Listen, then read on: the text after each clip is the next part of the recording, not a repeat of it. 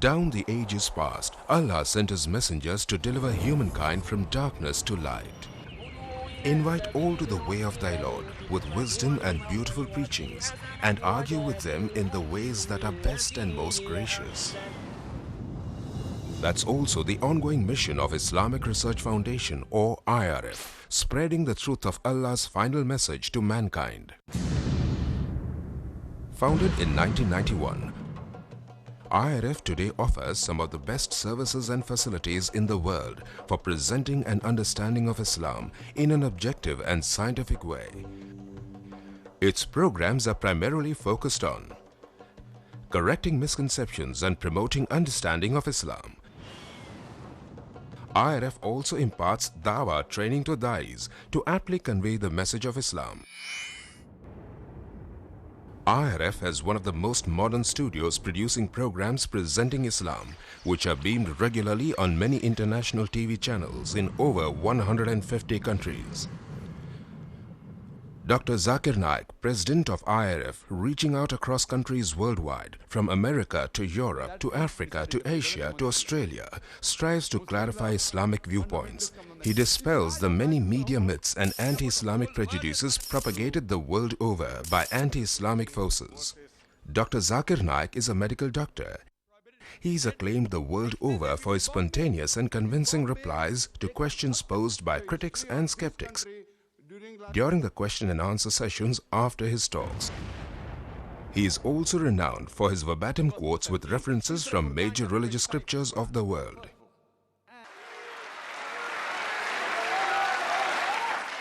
Dr. Zakir and other faculty of the IRF train many da'is in effective dawah techniques.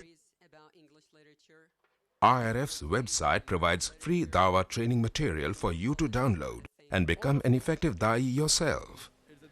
Dr. Zakir Naik's talks are available on audio and video, cassettes, CDs and DVDs the world over. IRF today is creating a change in the hearts and minds of millions of Muslims and non-Muslims worldwide towards a proper understanding and respect for Islam.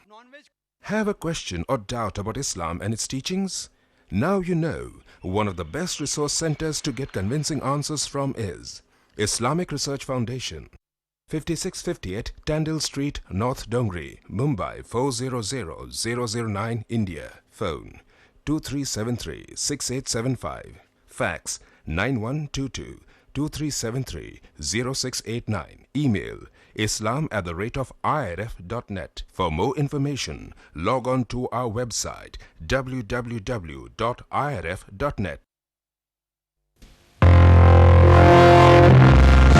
In a world so accustomed to violence and brutality, their suffering has stunned us all.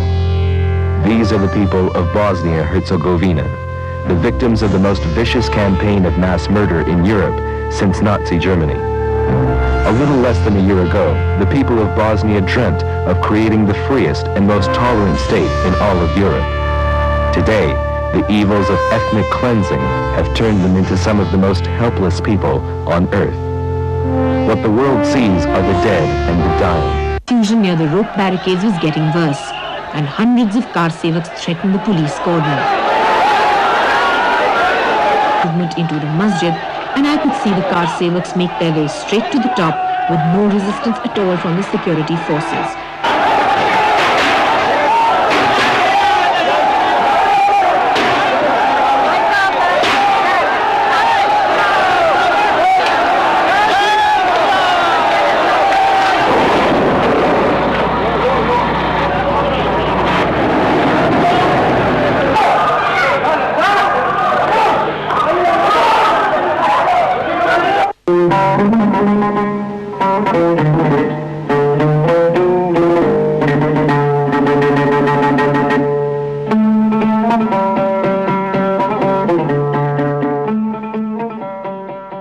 With a couple of sentences.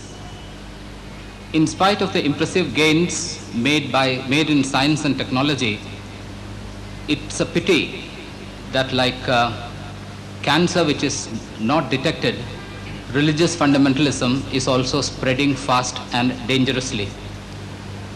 Some days back, we had the spectacle of fundamentalist barging into a show organized by the Sahmat in Bombay and destroying an exhibition which was exhibiting cartoons already published in various newspapers after the Babri Masjid episode. In Bangladesh, the religious fundamentalists are out for the blood of the woman author who has become controversial after writing her Lajja. In America, Christian fundamentalists are trying to bomb abortion clinics. But the highest award in this field should go to Iran, you know. Iran is crazy about football. They are directly telecasting the World Cup matches, but the audience, you know, by some camera trick, the audience in Iran for these football matches are made to appear fully clothed. See, there are no topless males, there are no women wearing shorts or anything like that. By some trick, the audiences are fully clothed as if it is the thick of winter in America, though the temperature is, as we all know, is in the high 30s and early 40s in America, because they don't want to show women and men wearing the minimum clothes in Iran. This is the different kind of religious fundamentalism which frowns on any kind of independent thinking and is ready to physically assault people who don't agree with them on their own version of what is history, what is religion, and things like that. There are 4 distinguished speakers in this panel. I shall make a very brief introductions of them. They shall talk on the subject for 15 minutes. After 12 minutes, I shall sound a warning which shall allow them time to sum up. And then after the 4 speakers had finished, there will be a question and answer session. The questions, of course, will be from the audience. They should be brief, to the point, because Indian journalists don't ask questions. They ask Times of India editorial kind of things, you know. I hope such a thing won't happen here. So we'll have short, brief, pointed questions addressed to individual speaker, and I'm sure we are all going to have a lively session. Now, the speakers are as follows. Father Myron Pereira, who is to my left, is a Christian priest belonging to the Jesuit religious order. For several years, he worked at the Xavier Institute of Communications, Bombay, as a communications teacher, writer, and producer of audio-visual material. On communalism and religious stereotypes, he has produced, along with others, 2 media kits titled Partly True and Wholly False and Stri Katha. Father Pereira lives at St. Mary's, Masgaon, from where he edits Jeevan, the National Jesuit Monthly, and directs the Jesuit Office of Information and Public Relations.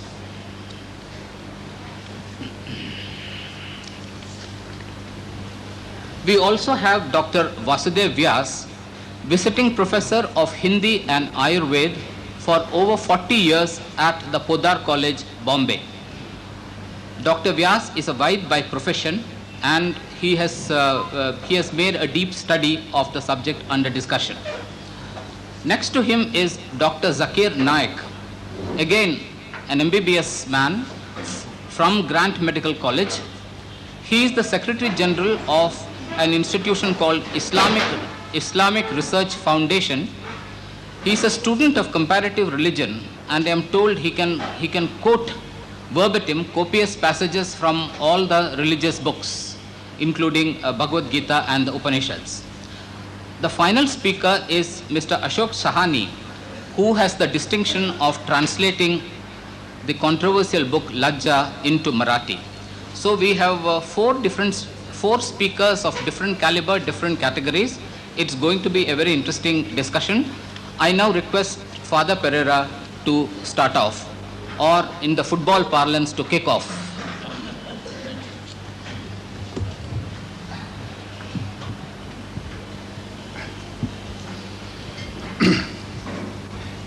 Thank you, Mr. Gangadhar. Dear friends, the proposition before us has been stated, religious fundamentalism is an obstacle to freedom of speech. Put in these terms, one can answer quite simply and quite quickly, yes. And after that, there is no more discussion. But if one were to do this, of course, it's very misleading, because I think what's important to understand, and I think a group like this is very well equipped to understand, is why is it that at the close of the 20th century, we have a resurgence of religious fundamentalism? Just when we thought that it should be an age of science and technological progress and, well, in every sense of the word, how is it that religion has come back again to the fore, to the headlines of today's papers, and even more, an aspect of religion which we thought had already died decades ago, religious fundamentalism? Not only that, every major religion has its fundamentalists. The context of today's meeting is the Muslim fundamentalism and the wave of attacks against Taslima Nasreen in Bangladesh, and the instances of that in Pakistan and all over the Muslim world. Yes, but there's also Hindu fundamentalism, there's also Christian fundamentalism, there's also Zionist Jewish fundamentalism. I think perhaps I haven't come across Buddhist fundamentalism yet, but Sikh fundamentalism also. So this is not only a religious phenomenon, but a political phenomenon. And that is, I think, an important thing that we'd like to get behind today in today's discussion. So what I want to do now is not to talk about Christian fundamentalism. That, as I said to some of the organizers a little while ago, is not a relevant political problem in this country. If you were in America, probably you would talk about that. Here it is not important. However, what is important, I think, is to understand the mindset of the fundamentalists. And I'm going to put before you a few points to help to elucidate this. I hope you will come back a little later with questions on what I'm going to say. Fundamentalism is the strict adherence to orthodox religious beliefs and traditions. So it's a strict clinging to, adherence to orthodox religious beliefs and traditions. It's a definition from the Oxford Dictionary. Such as, whatever, the inerrancy of scripture is one, or a literal interpretation of the scriptures is another, and so on. Now, the religious attitude per se is not necessarily fundamentalist. I think this is an important point which has got to be stressed. The fact that you are a religious person need not be, and generally speaking has not been, that you are a fundamentalist. Because otherwise, usually the arguments of most secularists are, if you're a religious person, therefore by that very fact you're fundamentalist, and this is false. I'm a religious person, but I'm not a fundamentalist in any sense of the word. And there are countless others like me, whether Hindus, Muslims, etc. So there are liberal traditions in every religion, and there are oppressive traditions in every religion. So what I'm saying now, and the first point, is that every religion has the capacity to liberate individuals and communities, and has the capacity to oppress individuals and communities. This again is a fact. And if you study the history of every religion, you'll find groups that have been oppressed by them, just as there have been groups that have changed their religion in order to experience freedom and liberation. So the liberal tradition within any religion would be open to interpretations of scripture, would be open to a dialogue with other opinions, would be open to particularly an acceptance of pluralism. There are many other things, but these three things I think are important in our own context. Firstly, an interpretation of the scriptures. Secondly, a dialogue with other opinions, even if you don't agree with those other opinions, whether they come from within the religion or from outside the religion. So for example, Christian fundamentalists, as Mr. Gangadhar just mentioned, you have a group called the Moral Majority in the United States. Many of the television preachers are of the fundamentalist persuasion. And sometimes you hear them on Radio Sri Lanka, and sometimes on American TV too. Now, one of the things is that they bomb abortion clinics because they believe very fiercely that to abort a child is tantamount to murder. So therefore they said, we'll kill the murderers. Okay, according to their logic, so that they bomb abortion clinics. So they are not prepared, therefore, for any kind of dialogue in this matter at all. Absolutely. So the first thing would be, therefore, a dialogue with other opinions, an interpretation of the scriptures, and an acceptance of pluralism. Nevertheless, the fundamentalist point of view springs from a theocratic view of society. Now, this is a word which gives me a little time at least to elucidate it. Theocracy is a belief that God alone is the ruler, and all of us are under God's law. And if this is so, therefore, what human beings can do is not to make laws of their own by a kind of human consent or majority consent, but just obey God's laws. And God's laws are revealed to you in the scripture. So any theocratic government has this as a basis and is not open to dialogue at all. So if you don't accept this, you are in error. I am not in error. I am righteous in this matter. So this was a state of government in most countries of the world, including Christian Europe, right until roughly the 17th century. A lot of Christians or Christian governments regularly burnt heretics at the stake, regularly hounded out those who did not believe in certain tenets of the scriptures. You're familiar, for example, with what is called witch hunting. Today we use it for example, we are finding out someone who is of another opinion, and it's called a witch hunt. But the actual historical witch hunts which took place in Germany in the 16th century were horrendous, where thousands of women on mere suspicion of being a witch were firstly flogged and then burnt at stake, because witch hunting.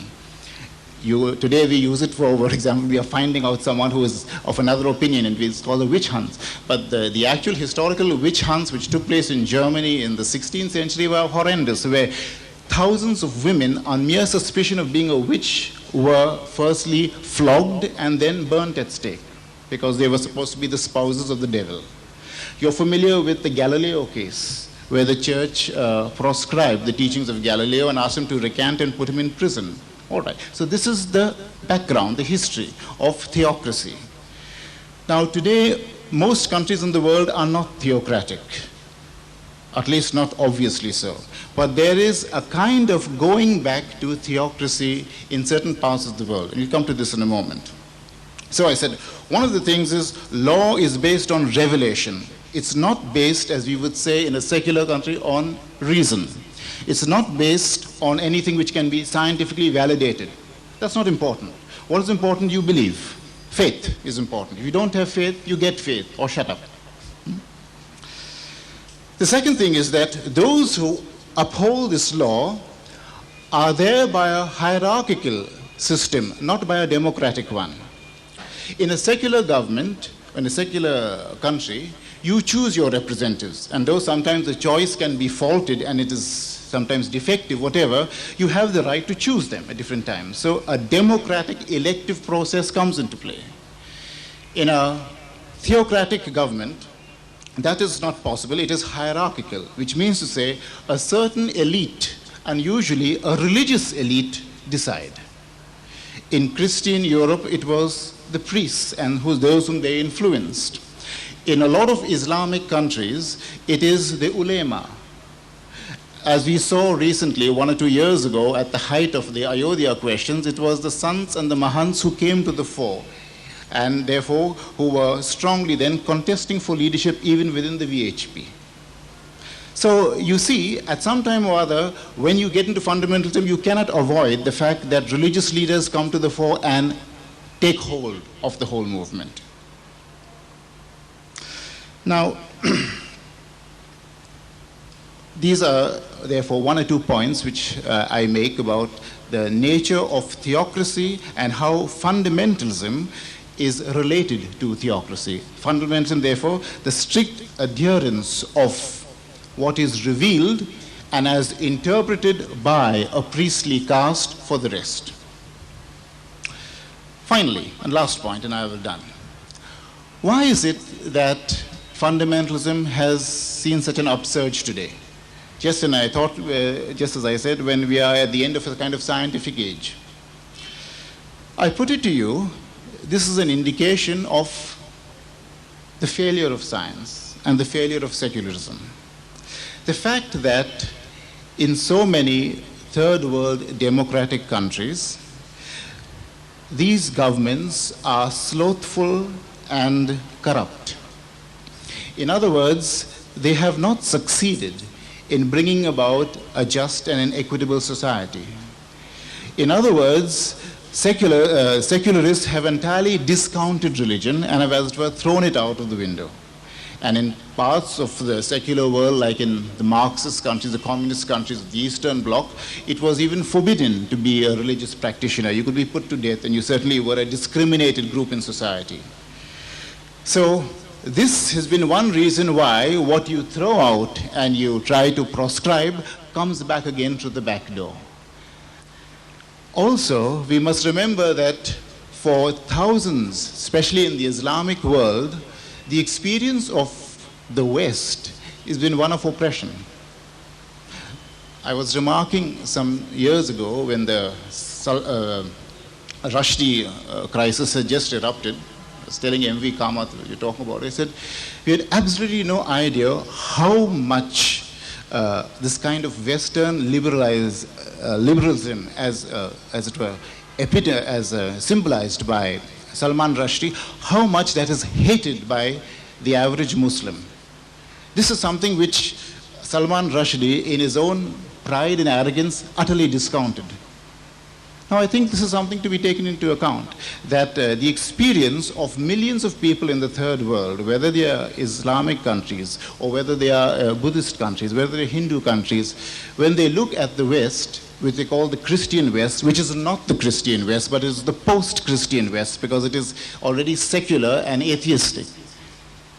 They've got nothing but hatred for that.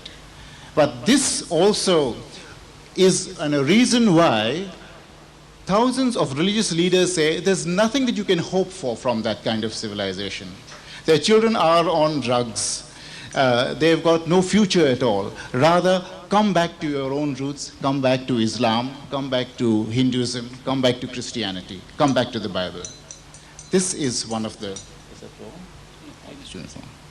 So this is one reason why fundamentalism is growing in popularity, for example, all over West Asia. Today, young Egyptians are not of the peasant class, or not of the laboring class who become fundamentalists. They are those who have returned from the West, students, who form a good bit of the Muslim Brotherhood in Cairo and in other parts of the West Asia. Fundamentalism basically offers a simple solution to go back to a simpler kind of society. I personally don't believe it is possible. It offers a solution which would be valid 2 or 3 centuries ago. It's no longer valid today. Today, in fact, we live in a pluralist society. We live within a scientific age. Fundamentalism would like to close us in and to keep us over there and say, all right, now all of us can believe the same things. We can't believe the same things anymore. Therefore, the challenge is to make a democratic, secular society work. If it works, there's no threat at all from fundamentalism. And all those countries, that I was just reading the papers recently, Morocco is a good, Tunisia is a good example of that, where alone of almost of the whole of the Arab world, it has managed to hold the fundamentalists at bay. Because Bourguiba, when he came into power, spent 25% of the budget on education. And that is one reason why, although the fundamentalist parties are there always agitating for power, the Democratic Party still holds. All right, I'll end up right now. There are many more things which can be said, but as you realize, I've tried to give you an idea of how fundamentalism starts and why it has a certain hold today and what we can do, in other words, to keep it at bay. Thank you.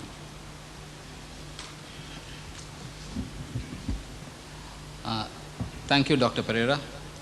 The next speaker is Dr. Vasudev Vyas.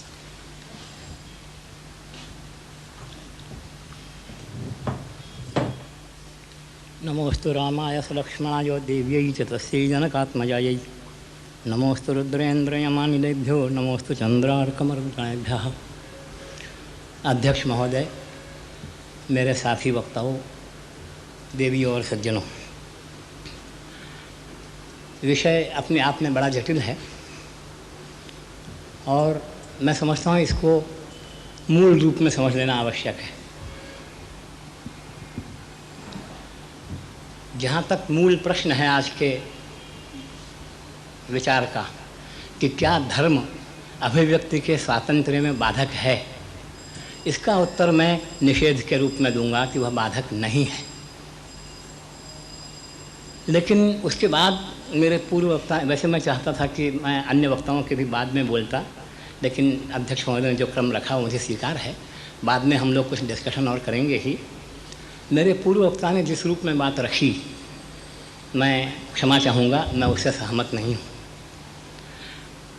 मैं सनातन वैदिक धर्म का प्रतिनिधित्व यहाँ कर रहा हूँ। जहाँ तक हमारे धर्म का प्रश्न है, मैं समझता हूँ किसी भी धर्म, उन्होंने एक बात आपके सामने रखी कि किसी भी धर्म के फंडामेंटलिस्ट, माने अतिरेकी, शायद उसके लिए आजकल हिंदी में शब्द चल रहा है, वो ये मानते हैं कि धर्म में कोई परिवर्तन नहीं हो सकता, किसी के साथ हम डिस्कशन नहीं कर सकते और उस पर कोई विचार नहीं, डायलॉग नहीं कर सकते और विचार नहीं कर सकते। जहाँ तक सनातन धर्म का प्रश्न है, ये बिल्कुल सही है कि हम ये मानते हैं कि धर्म में कोई परिवर्तन नहीं हो सकता, परंतु उसके बाद हम ये मानने के लिए बिल्कुल तैयार नहीं हैं कि हम किसी के साथ विचार नहीं कर सकते या किसी को हमसे अलग विचार रखने नहीं दे सकते। दो बातों पर ध्यान दीजिएगा।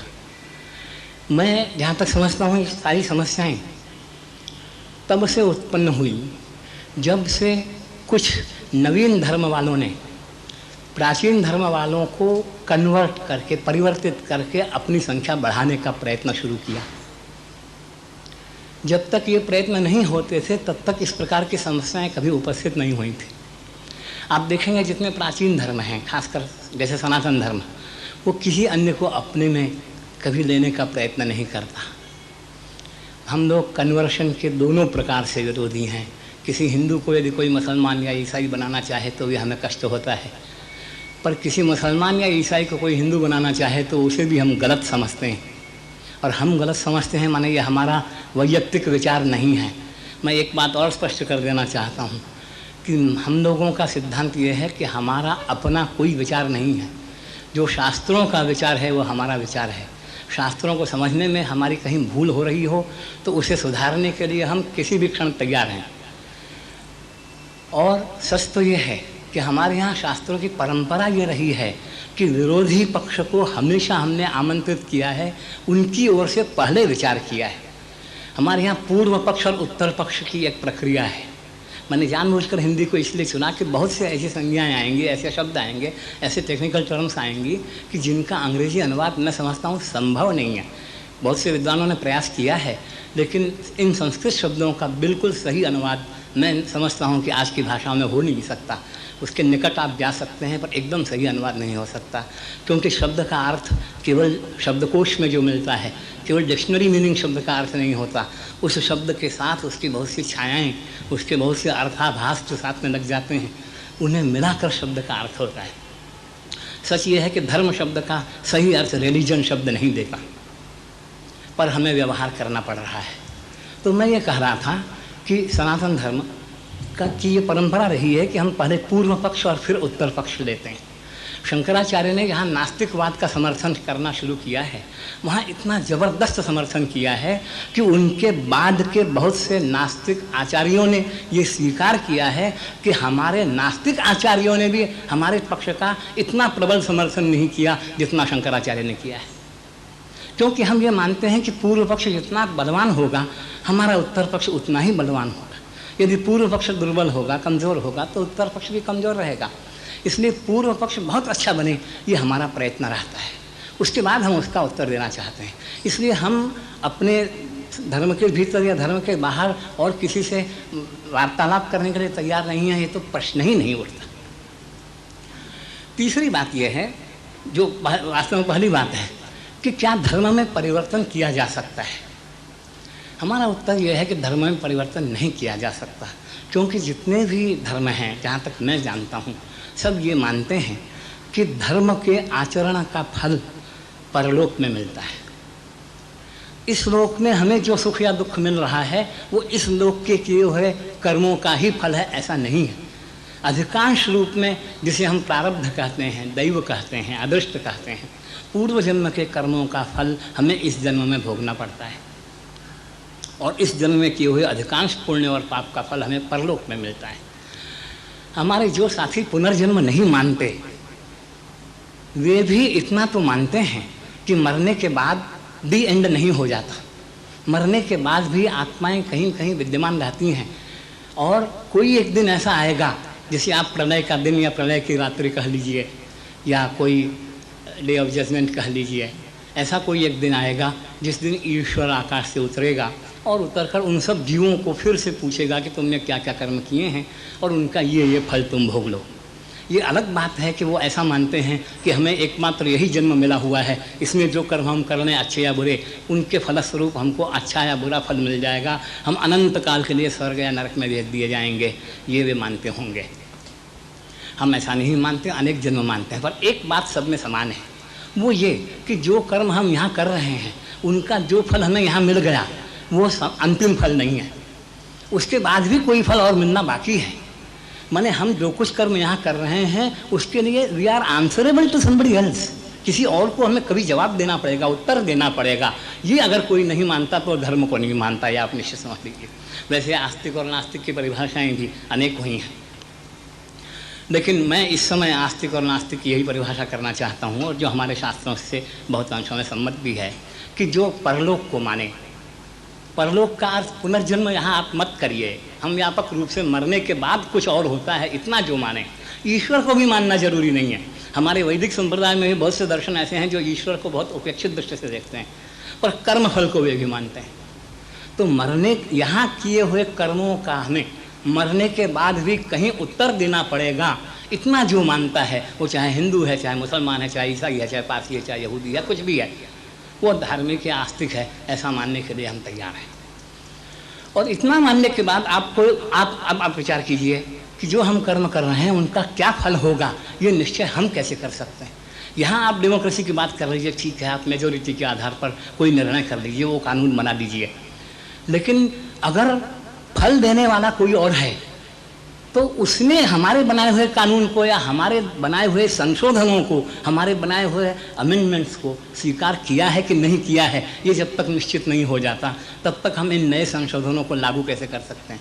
आप इस पर सावधानी से ध्यान दीजिएगा। संसार में कोई राजा ऐसा नहीं होता जो, ठीक है, वैसे देखिए डेमोक्रेसी पर भी बहुत से विवाद विद्वानों में चल रहे हैं। डेमोक्रेसी आज विश्व में बहुत व्यापक हो गई है, अलग बात है, लेकिन ये अत्यंत निर्दोष प्रणाली है, ऐसा नहीं कहा जा सकता। ठीक है, आज बहुत से लोग ये मान रहे हैं कि सब प्रणालियों में सबसे अधिक निर्दोष ये है, ऐसा लोग मान रहे हैं, पर इसमें एक बहुत बड़ा मौलिक आक्षेप ये आता है कि जिस पर शासन करना है उसी के द्वारा शासन होना है, ये मूलतः एक गलत बात है। परिणाम ये होता है कि जिस पर आप शासन करना चाहते हैं उसकी इच्छा के बाहर आप नहीं जा सकते।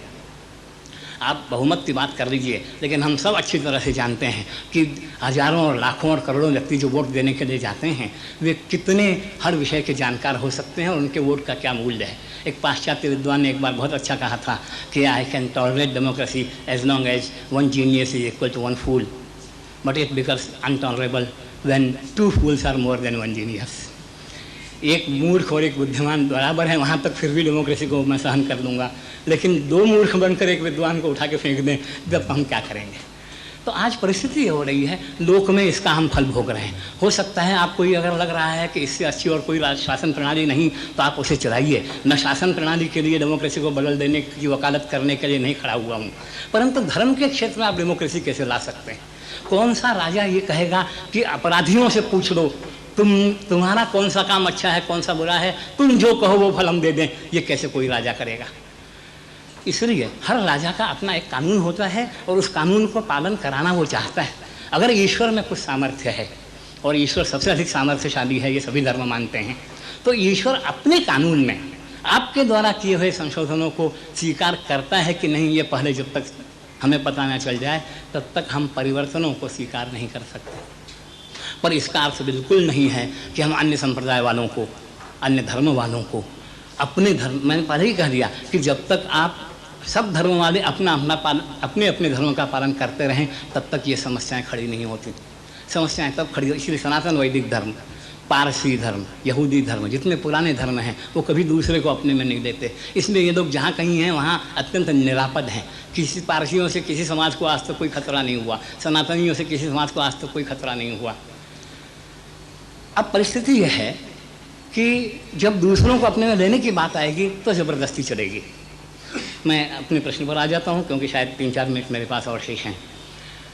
मैं ये कहना चाहता हूँ कि हमारे सनातन वैदिक धर्म का इतिहास आप देख लीजिए, उसमें कभी भी अन्य संप्रदाय वालों को या उस संप्रदाय के अंदर वालों को वाणी स्वातंत्र या विचार स्वातंत्र में बाधा नहीं डाली गई है। वैसे हमारे इतिहास में दैवी और आसुरी दोनों प्रकार की सृष्टियों का वर्णन है, गीता स्वयं बतलाती है, अन्यत्र भी है। जहाँ तक दैवी सृष्टि का प्रश्न है ये बाधा कभी नहीं आई। राम और रावण का संग्राम, आप रामायण का उदाहरण देख लीजिए। भगवान राम के सामने जब कभी ये प्रश्न आए कि अब क्या किया जाए, अगर धर्मशास्त्र उसका उत्तर देता है तो और किसी की सलाह की आवश्यकता नहीं होती, पर धर्मशास्त्र अगर उसका उत्तर नहीं देता और हमें विचार करना है, अथवा धर्मशास्त्र का यहाँ क्या उत्तर है इसका हमें विचार करना है, वहाँ भगवान राम के यहाँ कभी भी मतभेदों को दबाया नहीं गया। मैं इसके 2 उदाहरण देता हूँ। पहला उदाहरण है जिस समय महाराज दशरथ ने भगवान राम को वनवास का आदेश दिया, लक्ष्मण जी इसके बड़े विरुद्ध थे। उन्होंने भगवान राम से स्पष्ट शब्दों में कहा कि महाराज दशरथ इस समय अपनी पत्नी के वश में आए हुए हैं, वे सोच विचार करके निर्णय नहीं कर रहे हैं, उनका निर्णय धर्मसम्मत नहीं है, इसलिए आप इसे स्वीकार मत कीजिए। भगवान राम ने नहीं कहा कि तुम कौन होते हो बोलने वाले, राजा कह रहे हैं या मैं कर रहा हूँ तुम चुप रहो, ये उन्होंने नहीं कहा।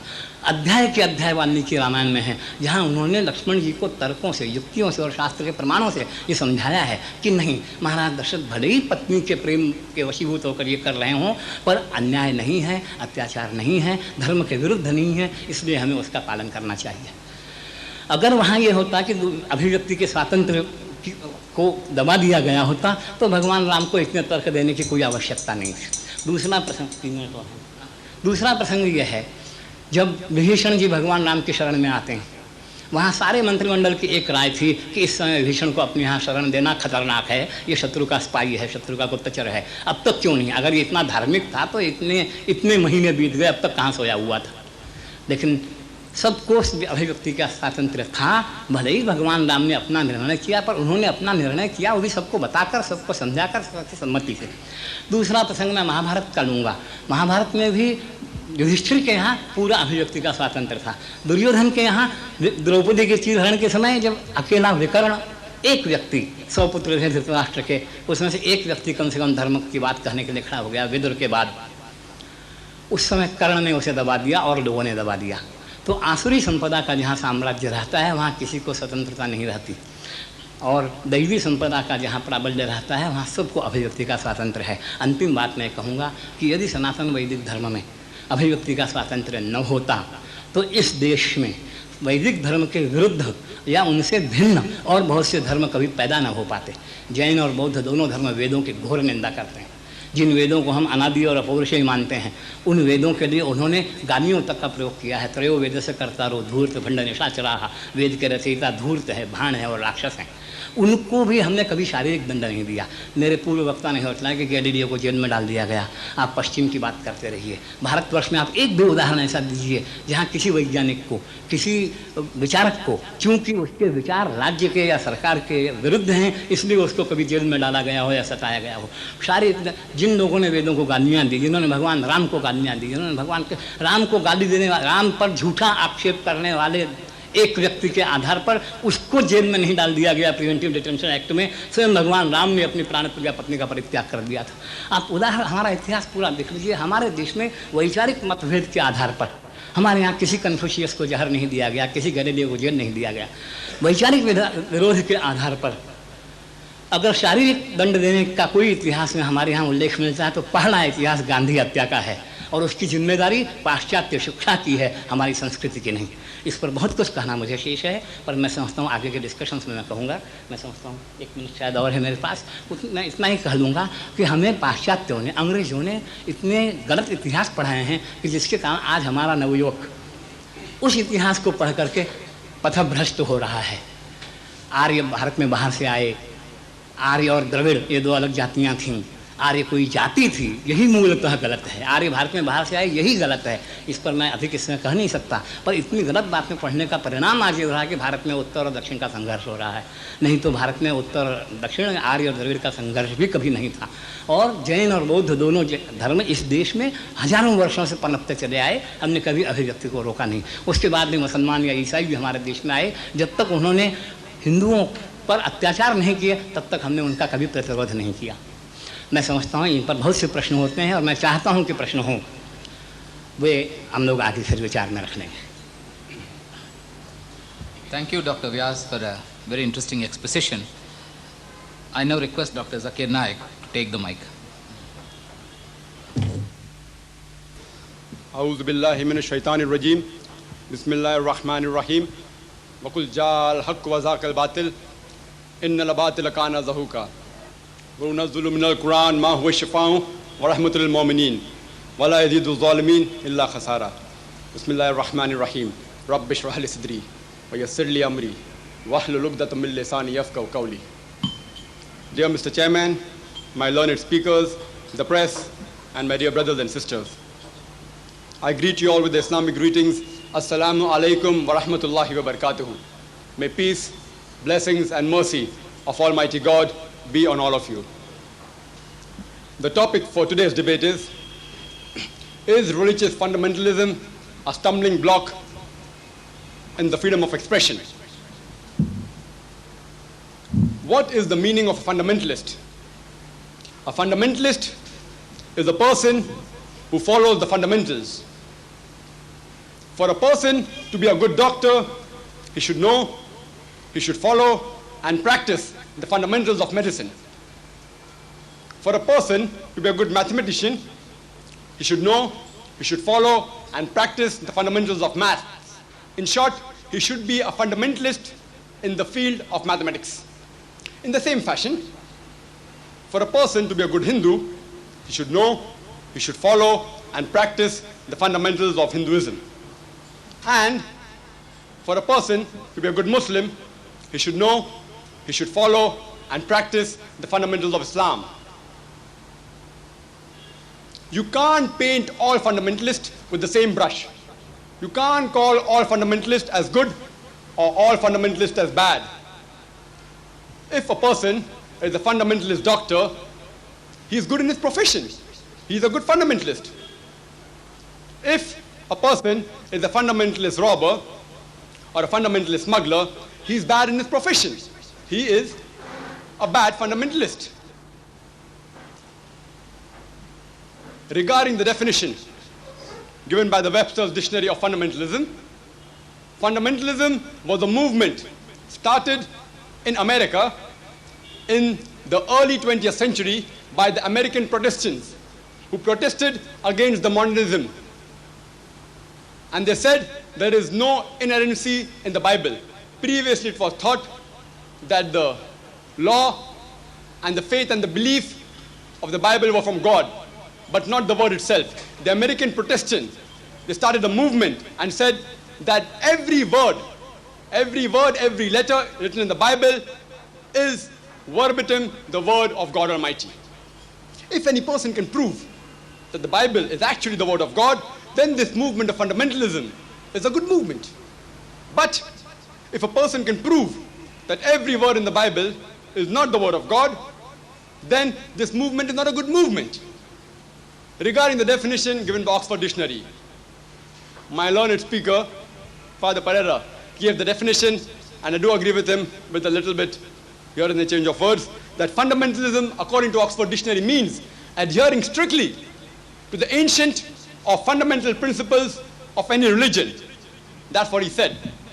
Maybe he's referring to an old edition of Oxford Dictionary, I don't blame him, but according to the latest edition of Oxford Dictionary, it says that fundamentalism means strictly adhering to the ancient or fundamental principles or doctrines of any religion, especially Islam.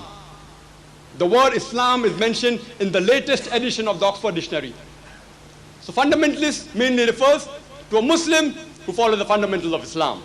If it means that, I'm proud and I'm happy to be a fundamentalist Muslim. Because I know that the fundamentals of Islam are good, they are correct, they are scientific. Now going further,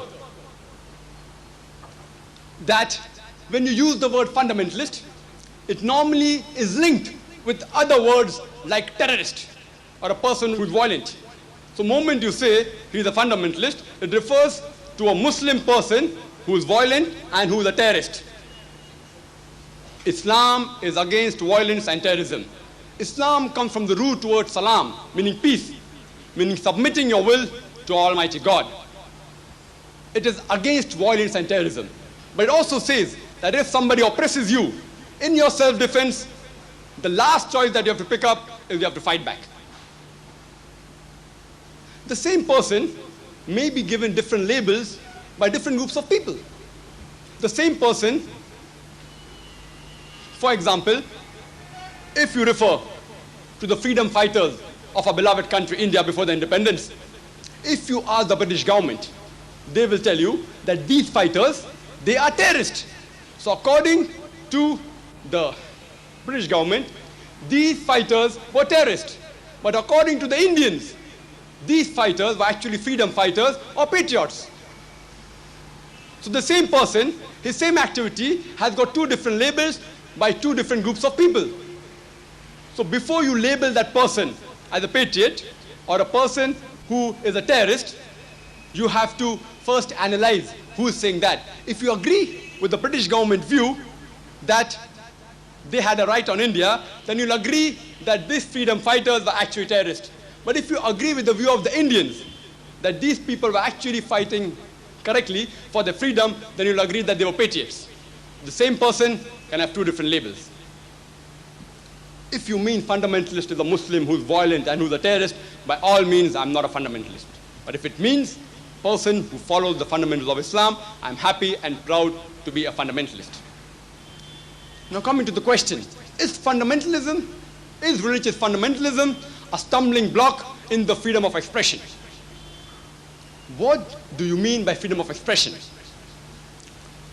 Before I come to freedom of expression, I would like to throw some light on the points mentioned by my learned speaker, that the fundamentalists are against interpretation of the scriptures and they do not agree for dialogue, which even Dr. Vyas, he objected to the first speaker, and even I object that though I'm a fundamentalist, Islam allows interpretation of the scriptures and Islam also allows a dialogue.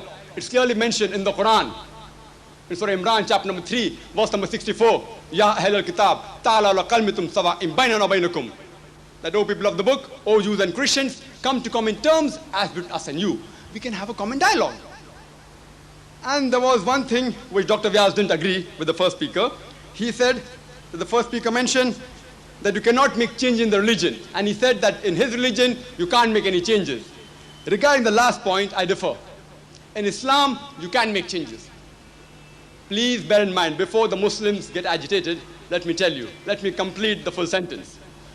You cannot make any changes in the revelation of God Almighty and in the Sahih Hadith. You cannot make any changes in the Quran or in the Sahih Hadith. But where it comes to Islam, the Sharia law, if the Quran does not mention about that particular problem, or if the Sahih Hadith does not mention that particular problem, you have to get an ijma, ijtihad. You have to get a common gathering of the learned people and you can pass a new resolution. Islam does agree for changes as long as it is not going against the Holy Scriptures and the Sahih Hadiths. Regarding, is it a stumbling block in the freedom of expression?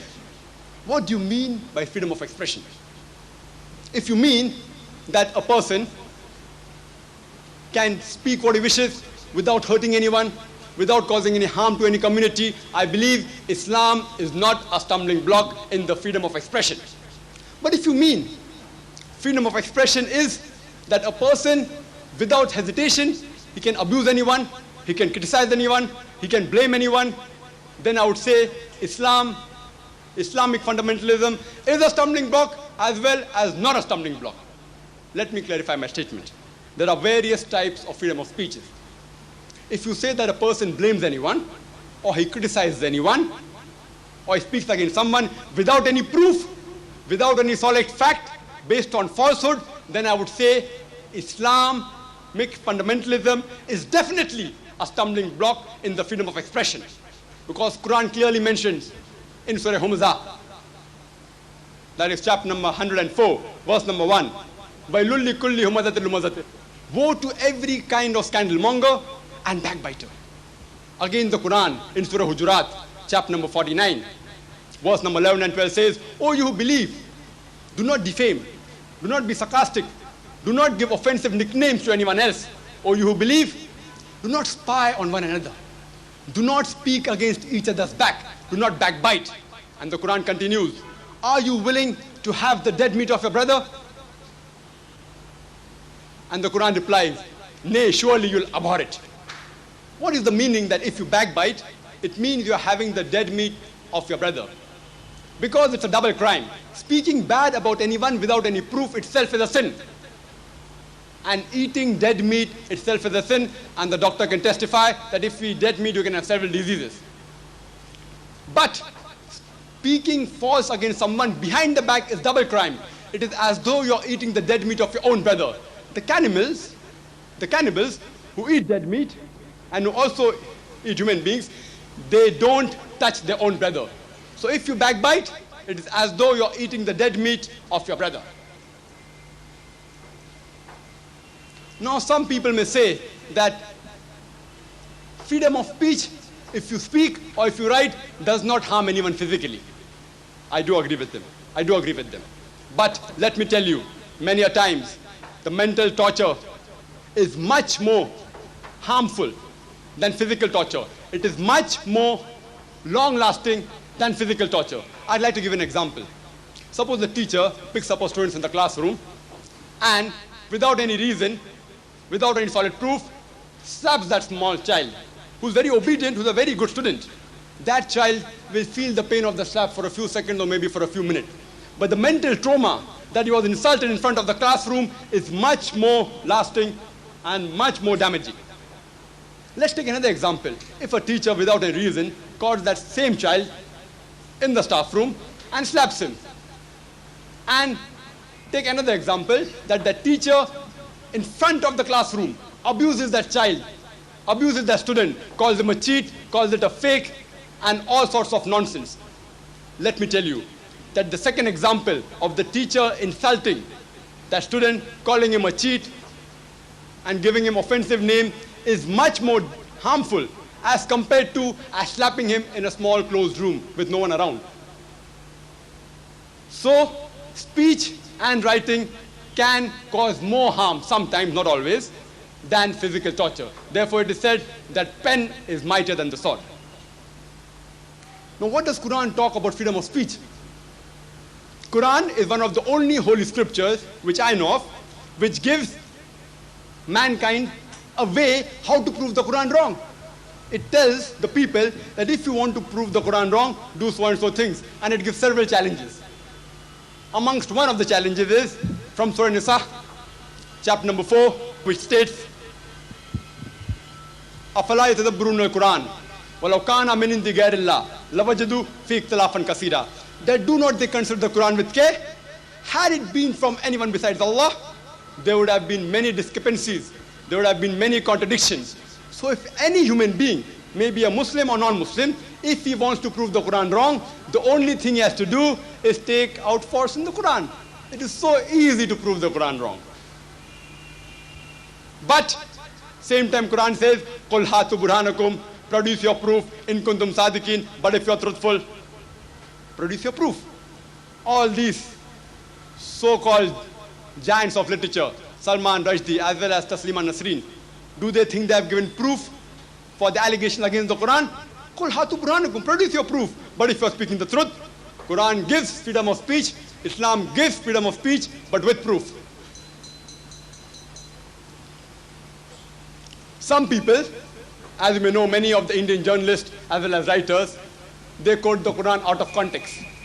They misquote the Quran. The very famous quotation which I believe all of you may be knowing, that Quran mentions, wherever you find a kafir, you kill him.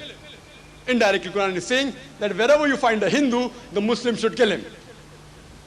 Let me tell you, the word kafir does not mean a Hindu. It means a person who conceals the truth. It means the person who rejects the truth. And have we given the context? I would like to give an example. Suppose America and Vietnam, they're having a war against each other. And during the battlefield, the American president or the Army General of America gives an order that wherever you find Vietnamese, you kill them. And later on, that thing happened decades earlier, several years ago, and today you say that the American president said that wherever you find a Vietnamese, you kill him. It's out of context. He was saying it in the battlefield, because during the battlefield, the opposite party was the enemy, and if they are going to try to kill you, you have to defend, you have to fight. So in the same fashion, the Quran mentions that when these unbelievers come to attack you, come to kill you, don't get scared, fight them. And if necessary, kill them, in context. Only those people who are fighting against you, not innocent people. So please don't quote out of context, please don't misquote. Regarding the last type of freedom of expression, that you can blame anyone, you can criticize anyone with solid facts. Again, they are subdivided into two types. Some facts are meant to be secret, some are not secret. Suppose a government official working in the American government, he tells all the details of the American Army, of the American Navy, of the American Air Force to the enemy. He is speaking the truth, mind you, with proof he is giving you, with photocopies, with photographs, with blueprints, all the secrets of the American government.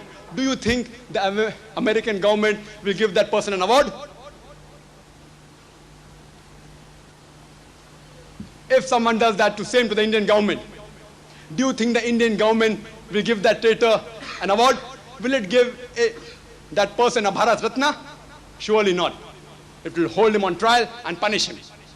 So such type of truths which are meant to be secret, if revealed, Quran is against. He is called a munafiq, a hypocrite.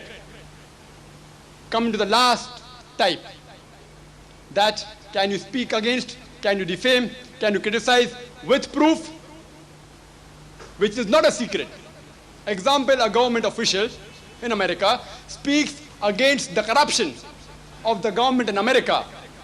Quran gives them full right. Quran encourages such truth to be told in public against falsehood. Such truth, Quran always agrees. And I started my lecture with an ayat from the Quran. I'd like to end it with the same, which says, وَقُلْ جَعَلْ حَقْ وَزَاقَ الْبَاطِلِ إِنَّ الْبَاطِلَ كَانَ زَهُوقًا وَنَزِّلُ مِنَ الْقُرْآنِ مَا هُوَ شِفَاءٌ وَرَحْمَةٌ لِلْمُؤْمِنِينَ وَلَا يَزِيدُ الظَّالِمِينَ إِلَّا خَسَارًا. Which means, when truth is hurled against falsehood, falsehood perishes. For falsehood is by its nature bound to perish. The Quran was revealed in stages, and it's a mercy and healing for the believers. As for the people of untruth, it is nothing but loss after loss. Thank you very much for a patient hearing. That was quite a provocative speech, provocative in a very positive manner. It sets us thinking. And our last speaker is Mr. Ashok Sahani, who is the translator of Lajja into Marathi. Mr. Sahani, please.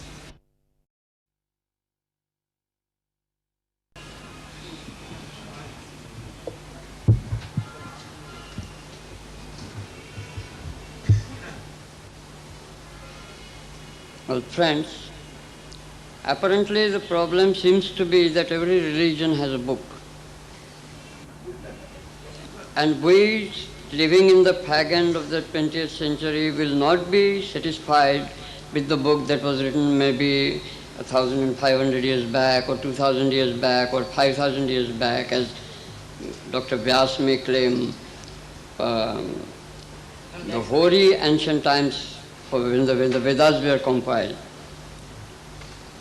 So one would not be, one would be a bit puzzled if the last word has been said some 5,000 years back or 1,500 years back. I mean, of course, the journalists will not agree with this, because they have to bring out the issue every day. They are the dealers in words. So, I mean, it's difficult for a journalist, it's almost impossible for a journalist to concede that the last word has already been said. Then Well, if the last word has already been said, what's he doing? What's he busy with? What's he writing?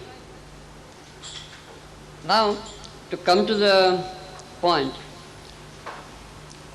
Salman Rushdie had in an article written a long time back, before he wrote the Satanic Verses, had stated that the politicians and the writers are in enemy camps because they fight over the same territory. The territory is reality.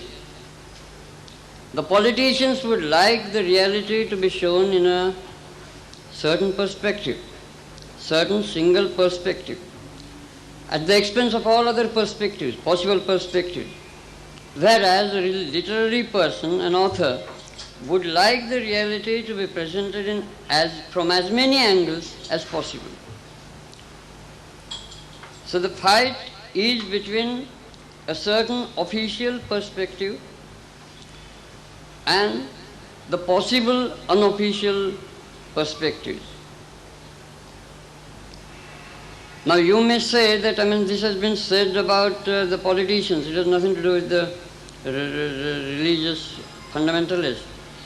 But the politicians are just a shade lesser than the religious fundamentalists. They have their own ideology.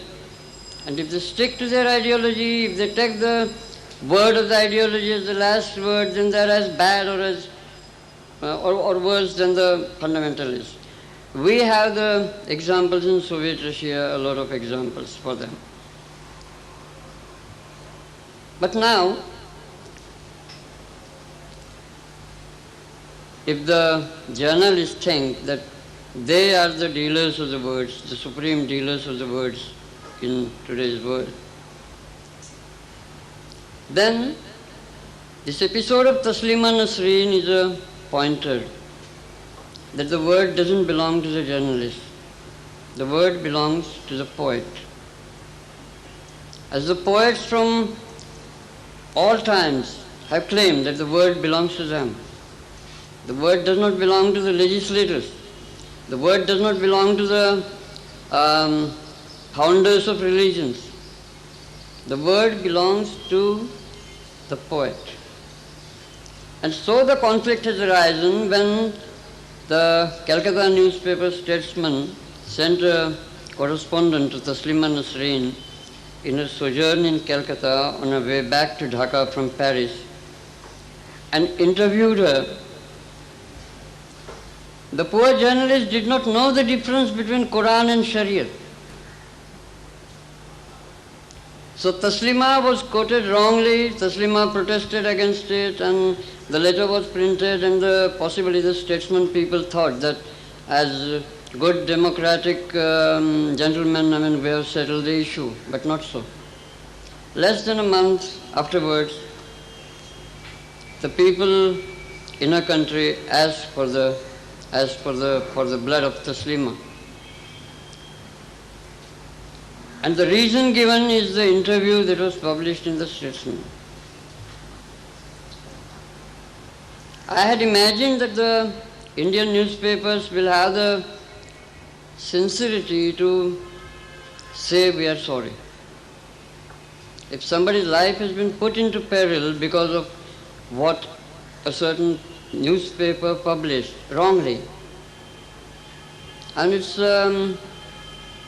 freedom of expression also means that you have the freedom to say you are sorry. It's not like you are always in the right. You may not be always in the right. But that's not been done. And I think we have to think seriously. Suppose, for instance, for whatever reasons, Taslima loses her life, her blood would be on the head of an Indian newspaper. And so also on the head of the fundamentalists, but also on the head of an Indian newspaper. Now you have to decide which one or who are the blocks, who are blocking the freedom of expression, the newspapers the fundamentalists, or together, both of them. For an unofficial practitioner of words, the poet, the newspapers and the fundamentalists, the largely circulated newspapers and the largely followed religions may not make much difference. There may not be much difference between them. That's all.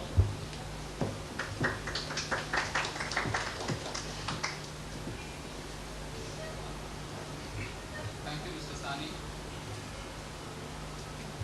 We can now have the question and answer session. There are a couple of rules to be observed. The speakers will have to stand up, identify themselves, and give the name of their publication. Because I expect a fusillade of questions, I think it should be one question per person. The question preferably should be directed to one particular speaker. And as I mentioned before, please be brief and do not try to give the answer to your own question. That should be left to the four eminent gentlemen who enlightened us to a great detail. So, fire away. Yeah. My name is Javed, and I'm not from any publication. I just happened to read your advertisement in Times of India, and I thought I'll spend a good afternoon here. In any case, my question is directed to Mr. Dr. Zakir Naik. But before that, I want to clarify a point said by Mr. Sahani, who said that Taslima has been quoted wrongly. In any case, if you could see the 31st January 94 Time magazine issue reported by Mr. Fazan Ahmad, there she has said that the sun revolves around the earth. Okay, and I mean, how can we believe such unscientific thing if it is in the Quran? And secondly, she has said, she has blamed Islam for the high rate of female infanticide in Bangladesh. I mean, I think these are, is it in the Quran? Can you clarify?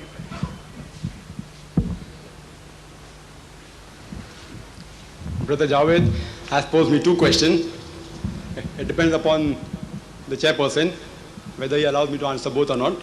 I will answer the... He has the beginner's luck, so he has asked two questions. Okay, in future it won't be permitted, only one question. Okay. The first question he said was in the Time magazine, which happens to be one of the most authentic magazine in the world, one of the most authentic magazine. I do agree it was reported on the 31st of January that she said that Quran mentions that the sun revolves around the earth. And if we believe in such teachings, how can we progress? I do agree with the second statement. If we believe in such statements, how will we progress? But regarding the first part of the allegation, that the Quran mentions that the sun revolves around the earth, I want proof. Qul hatu burhanakum. Let us produce a proof. Where does the Quran say that? What she's referring to, brother, is mainly a verse in the Quran, in Surah Al-Anbiya, chapter number 21, verse number 33, which says, هُوَ الَّذِي خَلَقَ اللَّيْلَ وَالنَّهَارَ وَالشَّمْسَ وَالْقَمَرَ كُلٌّ فِي فَلَكٍ يَسْبَحُونَ. That it is Allah who has created the night and the day, the sun and the moon, each one traveling in its own orbit. The same thing is repeated in Surah Yasin, chapter number 36, verse number 40. كُلٌّ فِي فَلَكٍ يَسْبَحُونَ. Each one traveling in orbit with its own motion. The Quran does not say that the sun revolves around the earth. The Quran says the sun and the moon, each one traveling in its own orbit. The Arabic word used is yasbaha, coming from the root word sabaha, describing the motion of a moving body. If you say a man is doing sabaha on the floor, it means he is not standing. It means he is walking or running. If you say a man is doing sabaha in water, it does not mean he's floating. It means he's swimming. Same way, if you use the word sabaha for a heavenly body, it means rotating about its own axis. So the Quran mentions the sun and the moon rotate, they travel in a motion that they revolve and they rotate about its own axis. Now again, this verse had put me a little bit doubts because I had passed my SSC, I had passed my ICSE, in 1982 from St. Peter's School. And there in geography I learned that the sun did not rotate. The sun revolved, fine, but it was stationary. It did not rotate about its axis.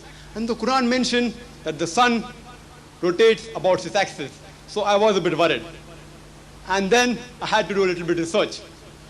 And then I came to know that according to the recent advances in science and astronomy, we come to know that even the sun rotates about its axis.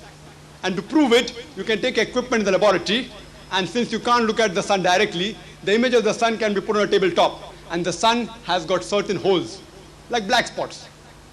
And that black spots take about 25 days to rotate completely. So in short, the sun takes about 25 days to rotate. So the Quran is not backward, it is more up to date. I want to ask Taslima Nasreen that who could have written this 1400 years ago, that the sun and the moon, وَالشَّمْسَ وَالْقَمَرَ كُلٌّ فِي فَلَكٍ يَسْبَحُونَ, that the sun and the moon, each one travel in its own orbit, means revolving and rotating. Ask her.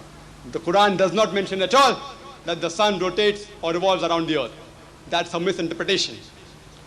Since the chairman has given me permission regarding the second part of the question, and she has alleged that it is because of Islam that there is such a high rate of infanticide, female infanticide in Bangladesh. She alleged that. I want her to tell me, quote me one verse of the Quran which says that you should kill female children. In fact, according to the BBC report, in the program assignment, the title of that small clipping was Let Her Die. And a British reporter, Emily Buchanan, she came from America and she did a survey on female infanticides, and India happens to have the maximum number. And according to her, every day, more than 3,000 fetuses are being aborted on being identified that they are females. 3,000 fetuses in our mother country. And if you multiply this by 365, more than 1 million fetuses on being recognized that they are female are being aborted. Why don't you read it in the headlines in our papers? Let the papers give it on the front page every day until this female infanticide is stopped. And according to the Tamil Nadu government report, out of the live births of female children, out of 10, 4 are put to death. 4 are put to death. It had to be a Britisher to come and tell us Indians what's the rate of female infanticide in our country. Now coming to the point, what does Quran speak about female infanticide? She cannot quote any verse. I challenge her to quote any verse from the Quran which says female children should be put to death. In fact, if you read Surah Takwir, see I'm going with quotation. Taslima Nasreen only says Quran says that, Quran says this. How can a layman who has not read the Quran, or even if he has read the Quran, where will he find which verse says this, what she's saying? So you have to take it for granted. Give benefit of doubt that the Quran does say that the sun rotates around the earth, or you have to agree that it believes in female infanticide. If you read the Quran in Surah Takwir, chapter number 81, verse number 8 and 9, it says that when the female child, when she's buried alive, and when she cries out, for what crime has she been killed? On the day of judgment, she'll cry out, for what crime she has been killed? So female infanticide has been completely forbidden in Islam. In fact, all sorts of female infanticides and killing of children has been prohibited. It's mentioned in Quran, in Surah Al-Isra, chapter number 17, verse number 31, as well as in Surah Anam, chapter number 6, verse number 51, which says, kill not your children for want of sustenance. It is Allah who will provide you and your children for sustenance. In fact, Quran rebukes the thought of a person rejoicing on the birth of a male child and his face being sad on the birth of a female child. It's mentioned in Surah Nahl, chapter number 16, verse number 58 and 59. Hope that answers the question, brother. Father Pereira wants to say something on this particular issue. I just want to make a general comment, which I think is important at this stage. You often hear people say, oh, the Quran says this, which is an obscurantist thing. Oh, Hinduism says that, which is against progress. Oh, you can prove these things from the Bible and so on. Be very careful, firstly, when you hear things. Often these are vague statements made, as Dr. Naik has pointed very clearly, which have no reference at all. That's the first thing. Secondly, often religious scriptures are used by politicians and are used by obscurantists, to support their own prejudices. Classic instance of racism and the Bible. You know that a lot of Western Christianity through the centuries has been racist, and they have used the Bible to defend it. It's absolutely false, but here it is politics which comes to use religion for its own purposes. Remember what I said at the beginning. Every religion has a liberative element which can emancipate you, but can also oppress you, depending on how these things have been twisted. So I make this general comment because often you hear statements like this, and then they will blame, okay, Muslims, see, Muslims, what else? Or Christians, of course, Christians, or Hindus like this, or Sikhs, whatever. Be very careful, because this is the typical kind of prejudice, actually, which only, as it were, creates turbulence and does not help to clear any doubts. More questions?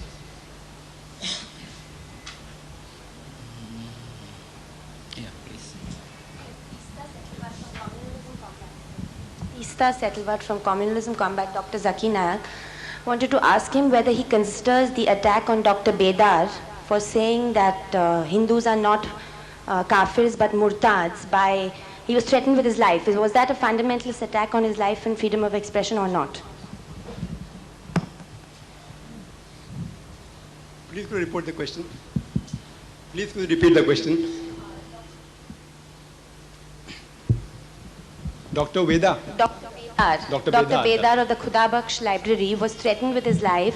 His freedom of expression curbed when he said that Hindus are not kafirs but murtad.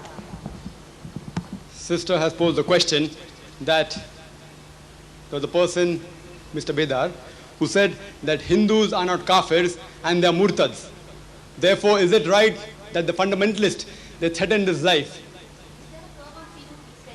Is that a curb of freedom of expression or not? And life. Again, 2-3 questions. Regarding the first part, that whatever that Mr. Bedar said, that Hindus are not kafirs, but they are murtads, does not have any base, because he may not be well versed in the Arabic language.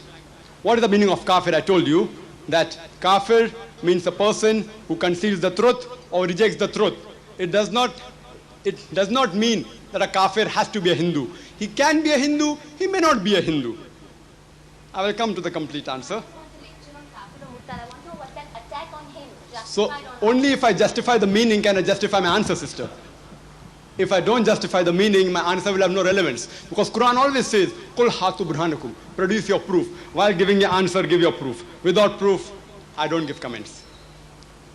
So firstly, kafir does not mean a Hindu.